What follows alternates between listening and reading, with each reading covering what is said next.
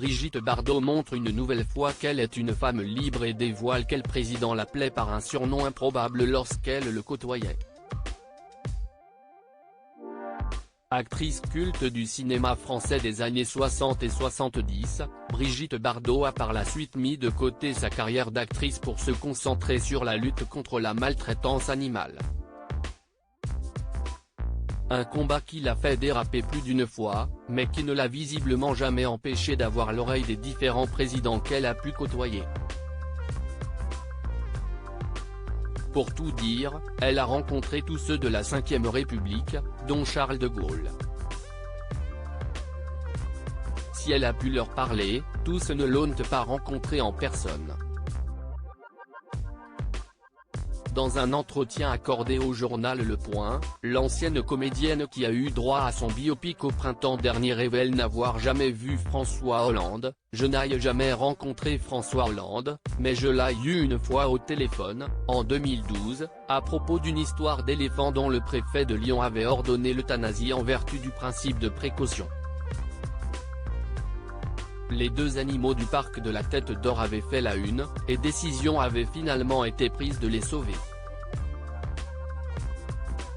Quand Jacques Chirac appelait Brigitte Bardot ma biche, Valéry Giscard d'Estaing, Nicolas Sarkozy, Emmanuel Macron, tous lui ont prêté une oreille attentive, mais surtout, Jacques Chirac.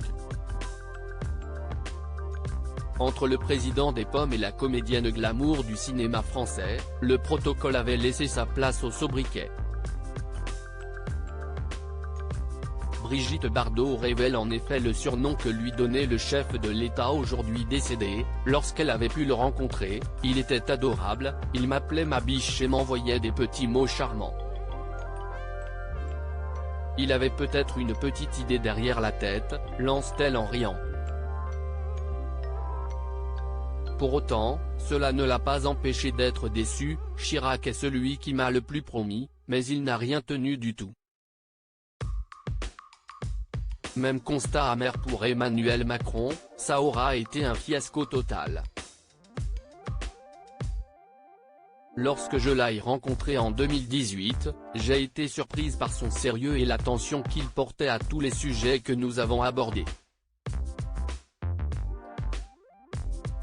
Celui-ci lui aurait notamment promis d'interdire la consommation de viande de cheval. Quelques semaines plus tard, il a reçu le président de la Fédération nationale de la chasse et il lui a donné tout ce qu'il voulait. Une actrice moquée pour son amour des animaux, ses combats pour le bien-être des animaux, qui trouvent un écho particulier aujourd'hui, lui ont néanmoins valu de nombreuses moqueries à l'époque. On n'a pas été soutenu par la presse française, tandis qu'on était traité de tous les noms par les Canadiens, qui nous accusaient de nous attaquer à une tradition ancestrale. Aujourd'hui, son association continue à sensibiliser sur la question.